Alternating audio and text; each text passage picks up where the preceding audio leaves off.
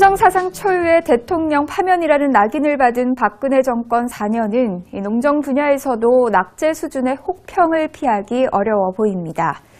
수출 확대, 6차 산업화, 스마트팜 확산 등 농업의 미래 성장 산업화를 위한 기반 확충에 초점을 맞춘 방향성은 나쁘지 않았지만 출범 초 박 전 대통령이 강조해온 행복한 농어촌 실현에는 역행했다는 지적입니다.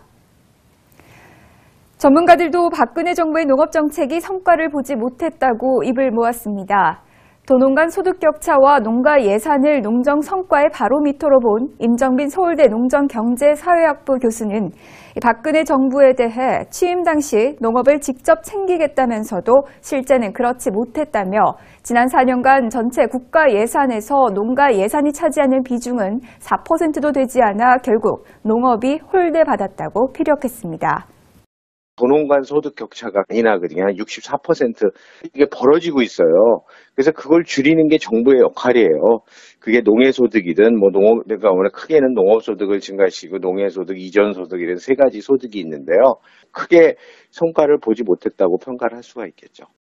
농업형 창조경제를 표방한 스마트팜 등 박근혜 정부의 농정 공약은 현실 감각이 등한시됐다는 평가도 있습니다.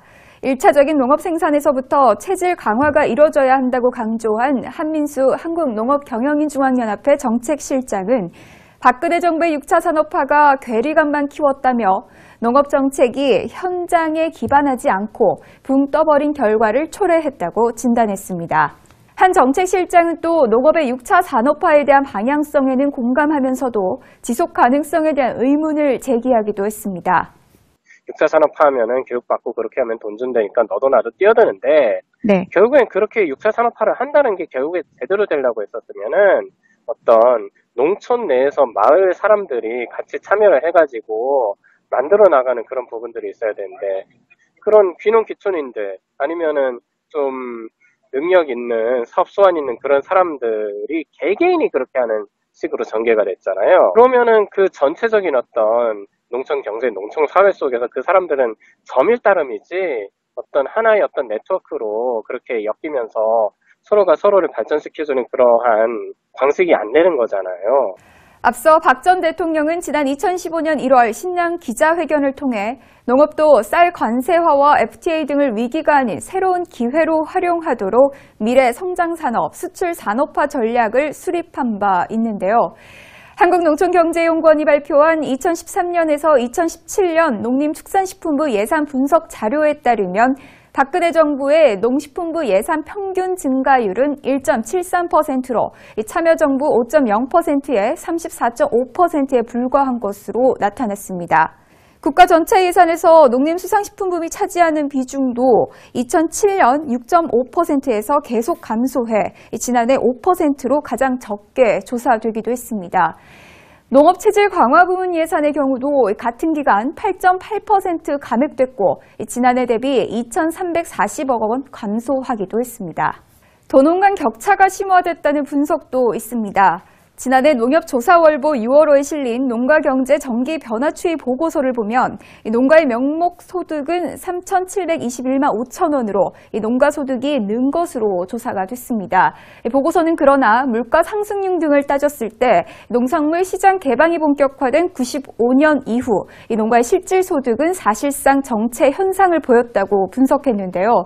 2015년 도시근로자 가구 소득에 대한 농가소득 비율은 64.4%에 그쳤습니다. 실제로 박근혜 정부는 출범 초기 제시한 공약 가계부를 통해 농업 예산을 4년간 5조 2천억 원 감축하겠다고 밝혀 한때 농업계의 반발을 사기도 했는데요. 예산이 뒷받침되지 않은 정책은 공연불에 지나지 않는다는 비판 여론이 높았습니다.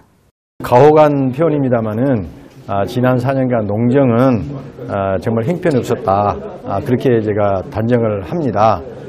우선에 쌀값 문제만 본다 하더라도 생산비 보장은 물론이고 농정은 그야말로 농민을 살피는 그런 농정이 아니었다. 물론 박근혜 정부가 추진해온 지난 4년간의 농정에도 성과가 전혀 없는 것은 아닙니다. 앞에서도 언급했듯 수출 확대와 6차 산업화, 스마트팜 확산, 귀농, 귀촌 확대로 인한 농촌 인구 증가 등은 농정 추진 체계에서도 주목할 만한 성과를 거둔 것으로 평가받고 있습니다.